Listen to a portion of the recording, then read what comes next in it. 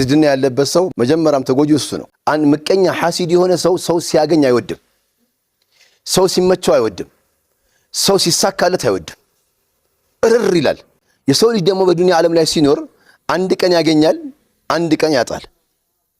ምናልባት አንድ ቀን ያገኘ ቀን ገና ቤቱ ሆኖ ያ ወሬ ሲሰማው ይቃጠላል። አገኘ እዛው ይነዳል። ንድድ የሚገርመው የሂስድ ጀዛ እዚሁ ዱንያ ላይ መቃጠሉ ነው። አንደኛው ጀዛ ሐሲድ የሆነ ሰው በጣም ወሚን ሸሪ ሐሲድን ኢዛ ሐሰድ ያለው ቁርአን ይሄ ነው። ትልቅ ምሳሌ የሚሰጡት ሸኽ ዘይኑ ናቸው ረሕመቱላህ ዐለይህ። ሐጅ ዘይኑ ሁሌ ምሳሌ ማነሳቸው ደርሳቸውን እከታተል ነበር። አወሊያ ተምረን ስንመጣ ለ5 ደቂቃ 3 ደቂቃ የሚሰጡት ዳዕዋ ህይወትን ይለውጠዋል። ሁሉ ጊዜ ያችን ነገር እንቀምስ ነበር ዳዕዋቸውን። አንድ ቀን ስለ ሂዝብ ሲናገሩ ምን አሉ?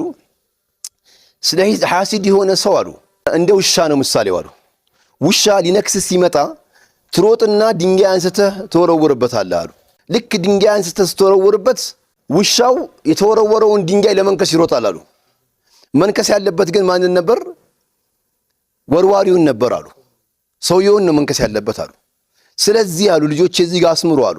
አላህ ለፈለገው ልጅ ይሰጠዋል፣ ሚስት ይሰጠዋል፣ ገንዘብ ይሰጠዋል፣ ፋብሪካ ይሰጠዋል፣ መሬት ይሰጠዋል፣ መኪና ይሰጠዋል፣ ርዝቅ ይሰጠዋል፣ ድምጽ ይሰጠዋል፣ ዒልም ይሰጠዋል።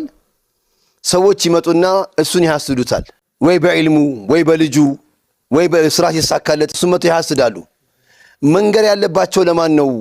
ለላይ ለወርዋሪው አካል ነው። ወርዋሪው አላህ ለሱ አይደለም ወርወር የሚገባ ብለው እሱ መናገር ሲገባቸው ወደ ተወረወረለት ነገር ሄደው ይነክሳሉ።